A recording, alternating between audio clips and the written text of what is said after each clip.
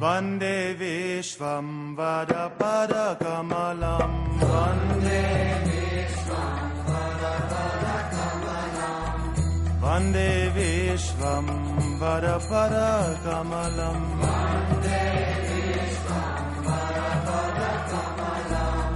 कन्दितकलियुग जनमलसमलम्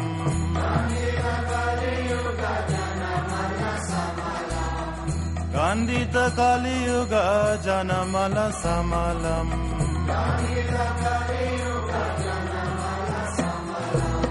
वन्दे विश्वम्भरपरकमलं। কৃষ্ণ যিনি নন্দনন্দন পরম তত্ত্ব, সমস্ত কারণের কারণ, সকলের মূল উৎপত্তি স্থান, তিনি সমস্ত রসকে আস্বাদন করেন।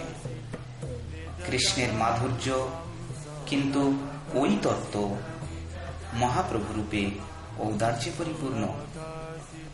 ব্রজে কৃষ্ণ সমস্ত রসকে আস্বাদন করেন, কিন্তু শ্রী নবদ্বীপ ধামে ওই রসকে তিনি আস্বাদন ও বিতরণ দুই করেন।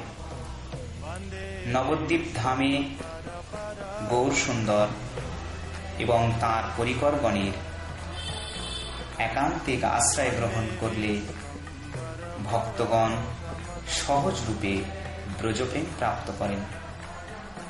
শ্রীমন মহাপ্রভুর ন্যায় শ্রী নবদ্বীপ ধামও পরম উদার। নবদ্বীপ ধাম 9 দ্বীপ দ্বারা গঠিত। এ নবধা ভক্তির পীঠস্থান। গৌর সুন্দর তাঁর নিজ পরিকরগণের সহিত এই নবদ্বীপ ধামেই নিজ অপ্রাকৃত লীলাবিলাস করিয়াছেন। বর্তমানেও এই লীলাস্থলী এবং ভগবানের ওই লীলা স্মরণ দেওয়ার জন্য বিদ্যমান। ভগবানের ওই লীলা নিত্য। এ সম্বন্ধে ভক্তি রত্নাকর গ্রন্থে রহিয়াছে, অদ্যাপি সেই লীলা পরে গলারায়, কোন কোন ভাগ্যবান দেখিবারে পায়।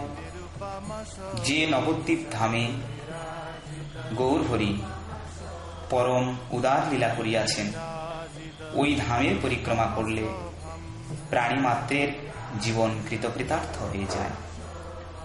আবার যদি ওই পরিক্রমা শুদ্ধ রসিক ভক্তের সঙ্গে ভগবানের শ্রী হরিনাম, হরি কীর্তন ও হরিকথার মাধ্যমে করা যায়, তাহলে জীবের অনন্ত উপকার হয়। वन्दे विश्वम्भरपरकमलं